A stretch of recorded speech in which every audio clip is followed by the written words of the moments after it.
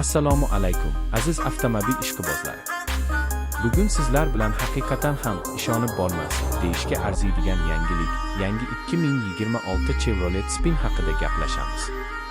Bu avtomobil oilaviy qulaylik, zamonaviy dizayn va tejamkorlikni bitta tanada jamlagan model sifatida ko'pchilikning e'tiborini tortmoqda. Chevrolet Spin aslida birinchi marta 2008 yilda taqdim etilgan va o'shandan beri oilaviy segmentida o'z o'rniga ega.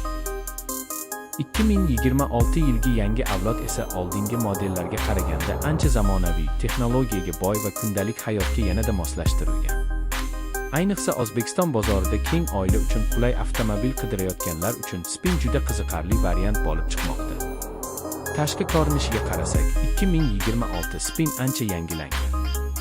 Old qismi agressivroq, LED faralar zamonaviy ruh bagishlaydi. Kuzov chiziqlari esa silliq va chiroyli ishlangan. Bu mashina yo'lda oddiy emas, balki o'ziga ishonchli ko'rinadi. Orqa qismi ham keng va baland bo'lib, oilaviy avtomobil ekanini darhol bildiradi.